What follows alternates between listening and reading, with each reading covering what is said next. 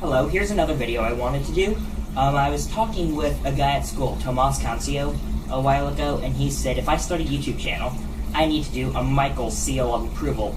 Stuff I like and what I approve. So I think we'll just talk about some branding. Stuff that I would represent or endorse, stuff that I think is high quality or that I like. I think the most iconic thing that everybody loves, the most iconic thing for teenagers, the most iconic branding is food. Okay? So, I'm going to let you know that I love Starbucks. The espresso is very dark. It's a rich roast, but not overly bitter or anything. I like the espresso roast, and I like the Sumatra, Komodo, Dragon, and Ethiopia roasts, which I like to use at home. I like the whole beans. I generally put about 3 tablespoons per 8 ounces in the Keurig. That's what I use. I also like the Tazo full leaf teas. Full leaf has a lot more flavor than just little clippings, and it's generally a very rich taste. I like the Tazo green tea. The full leaf, it has a bit of a minty taste. I definitely love Whataburger. My whole life pretty much revolves around coffee and something filling to get me through whatever the hell I'm doing. Like, you know, well, yeah, definitely Starbucks for the school shows. I know that was in Les Mis, Hairspray, Sweeney Todd, whatever. I know when I was teching for Les Mis, I had Whataburger almost every night that my mom brought me food, especially Starbucks. I like Papa John's, definitely. Their crust is probably the best crust of all the pizzas I've tried besides little hole-in-the-wall establishments, but Papa John's is the best chain pizza, okay? So that food gets a Michael seal of approval. Man, I don't go to a lot of fine eateries besides they're not really chains, so it's not like something anyone would recognize. I'm just going to say the food on the Royal Caribbean cruise, which I went on one over spring break, it was awesome. The lobster tail was amazing, and I'm going to say that I like sushi a lot. Let's see. I like octopus. It has a bit of a rubbery texture, but tastes like chicken. Very flavorful. I like the ikura, the salmon roe. Yellowtail's good. Red snapper's good, but I'm going to say my favorite is saba, or mackerel. It has a very kind of fatty flavor, so, you know, the fat in anything adds flavor, but it's just has a salty taste because of the type of fish it is, but it's very flavorful, and mackerel's also good brew. Okay, now we're going to talk about clothes. I definitely like Urban Outfitters and PacSun because I love graphic tees. I also like some of these summer floral prints or some of the Urban Outfitters striped shirts. They seem to fit me very well. They're slim, athletic fit, and it just fits my body type. And I can gain or lose a little bit of weight, and they still fit me fine. I'm wearing a medium right now.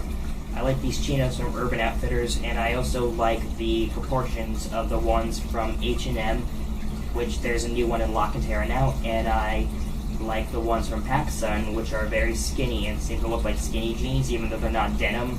I like the appearance of cotton more than denim, but I also like the Hot Topic jeans. I like the Hot Topic graphic tees. And if I'm going to get like these type of shirts, I get them from Urban Outfitters.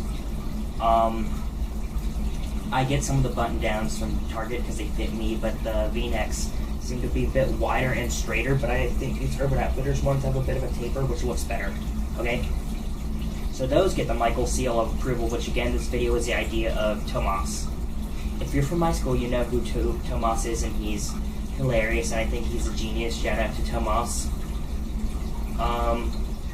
These shoes, they look like Sperry's, but they're not. I got them at American Eagle. They're $40. I highly recommend getting these. They've held up through a lot of walking through Quebec, so they're fairly high quality, because I got knockoffs of something similar to this at Target that kind of tore up. I had no problem with the Target shirts. I've tried Target pants, but even skinny wasn't that skinny. I did not really like those. I've just used Nike running shoes because they're cheap. The Air ones have fairly good arch support. I just have been using those for jogging, which I did start jogging again. I'll probably have a flat stomach by August like I did last year. Y'all heard the story before. gain some weight back over the school year, lose about 20 pounds this summer, and gain it back again. So I will come back to school looking sexy. I've already lost some weight by cutting down my food portions, but hey, don't bother looking because it will be gone by December. So we've talked about food and clothing. I just wanted to talk about some entertainment. I listen to a lot of power metal, like I mentioned in my intro video.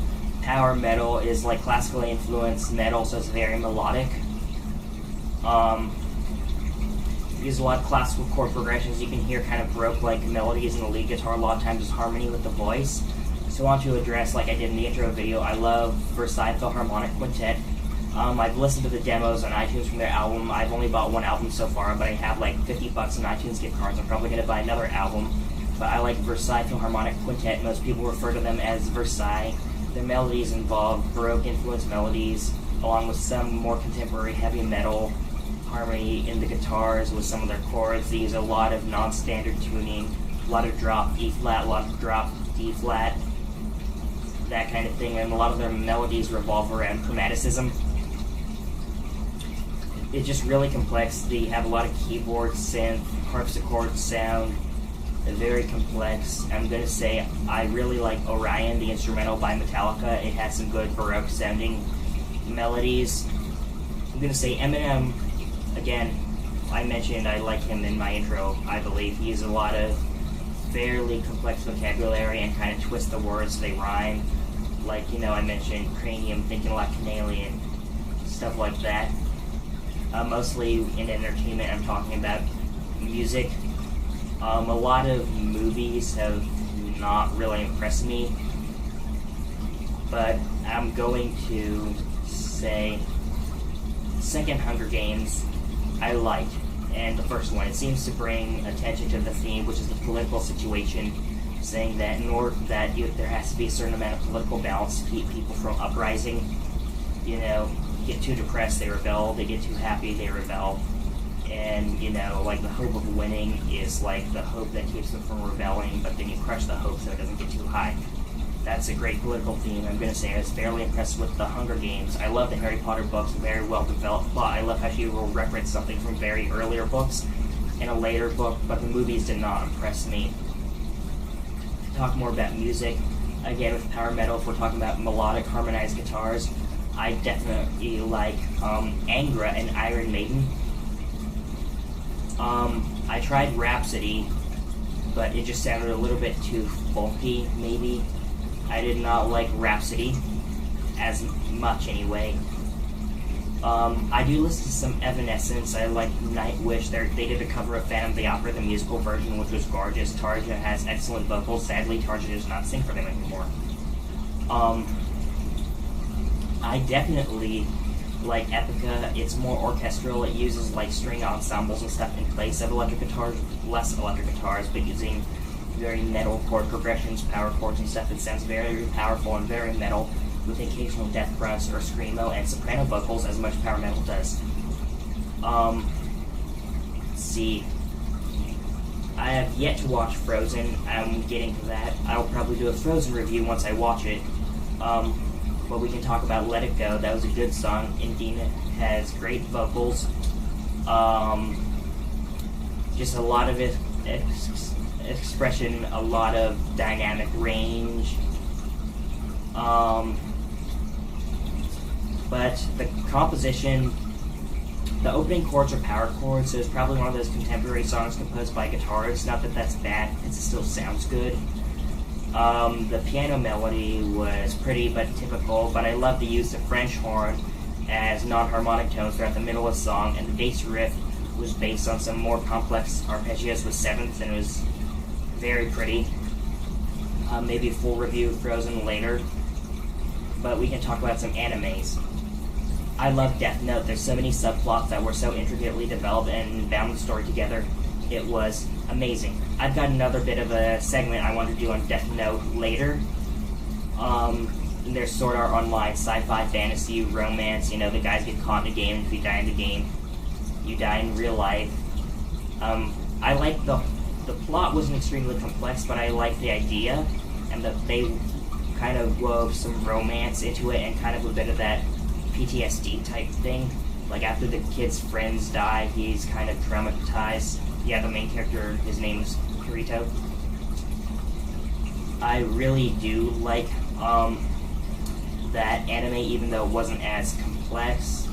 And there's a second season which wasn't as good because it takes away the factor of them being able to die. I have a friend who suggested that they should have done the second season first to introduce the year, and that you can be in a virtual reality world, but added to it by putting death into the second season. Although, in my opinion, the second season still kept audiences engaged because you want to know exactly what became of Asuna. I'm not going to say any more because you need to watch it. Those are two animes I liked, and there's the legend of Elizabeth, whatever her name, something Romanian, the queen who killed like 600 girls sadistically. The anime Ghost Hunt does a spin-off of that with a guy that needs to bathe in the blood of people he's killed to remain immortal. And I suppose it might also be based on that hotel in Chicago that was a maze to trap people in there so the guy could kill them. The anime's Ghost Hunt, those were 3 episodes that stood out, and those are titled The Bloody Labyrinth, and it's in 3 parts. Ghost Hunt was good. And I just wanted to say a bit about Pokemon X and Y, which has been out for a while, but I want to say that the actual storyline was not well developed. I thought it was actually a bit stupid. However, I want to point out that it was mentioned on some forums that it's France, and Lysander's talking about the survival of the supreme people and wanting to kill everybody else. And the fact that the setting is France, it even has an Eiffel Tower and the same street layout in Lumia City, that Lysander is supposed to be reminiscent of the German occupation of France, and it's very reminiscent of Nazism Nazism, or should I say fascism, has this thing about nationality and flamboyance to show your nationality, so it's fairly accurate that Team Flare was into being flamboyant and having the fashion. But yeah, plot wasn't extremely well developed because there's not an extremely good motivation, I thought, for wanting to destroy the world. But I did enjoy the short gameplay because it allows you to get to a point where you can obtain the items for competitive battling, obtain the Pokemon to IV breed, and obtain a complete Pokédex, get more Pokemon, and actually focus on IV breeding and raising the perfect team for competitive play. Because each month they're having a different style tournament in preparation for VGC Video Game Championships, and I thoroughly enjoy the shorter gameplay. And of course they're working on the remakes Omega Ruby and Alpha Sapphire, and I'm hoping they extend the gameplay with a little bit more of after-game plot besides the Looker side quests. We can look a bit more at Pokemon later, but that's all that I want to mention for now. We can go back to music. I can tell you, I really like Avril Lavigne. There's a particularly pretty chord progression in one of her songs. I believe it was How Does It Feel? It's actually pretty much a 1-4-5-1 type thing. Or now there's a 6 in it. Or it's in the key F or C. Yeah, C. So there's 6 in it.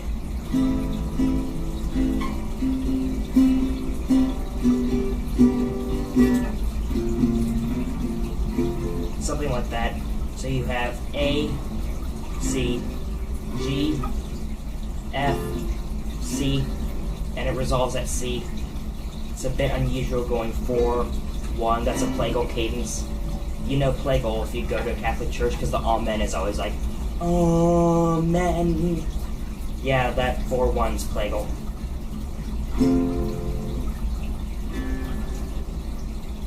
Yeah, the guitar's out of tune. I just picked this up.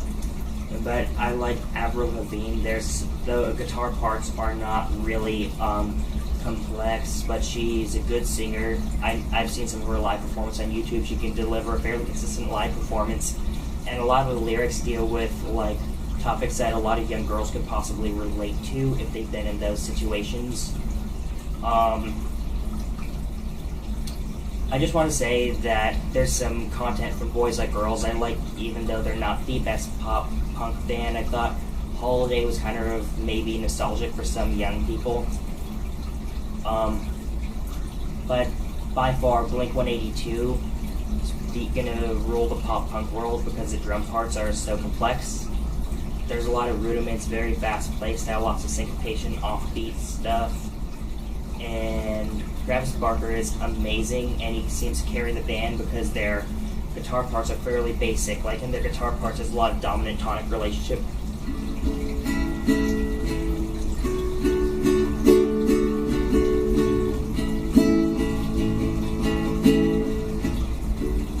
And I believe that took up maybe 30 seconds of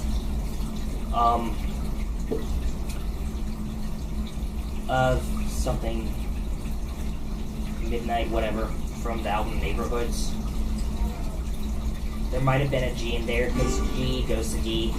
D goes up to G because the half step between F sharp and G. I think there might have been a B minor in there, which goes to D, and B minor also goes to A major.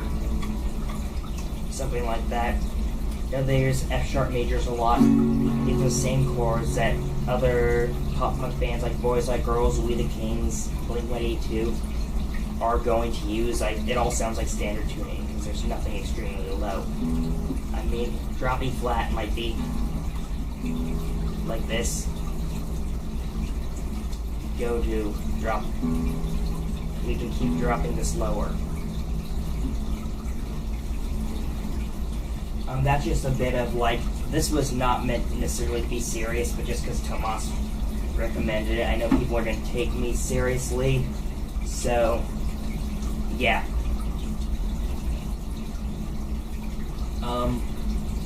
Also, let's just talk about my oboe, okay? I play on an F lower A English horn and an F lower A oboe. Mine were meticulously selected, so they have very good scale. And because the undercutting on the tone holes, there's a lot on lower A oboes, which allows them to resonate. The lower A's are not always going to be consistent because that has to be done by hand versus more being done by more modern manufacturers on computers, so there's less consistency. And they don't sound the same, they don't all have good scales, so you have to select from a bunch. But if you get a good lower A, it will be really nice. It requires more meticulous reed making because they're a bit more unstable instruments.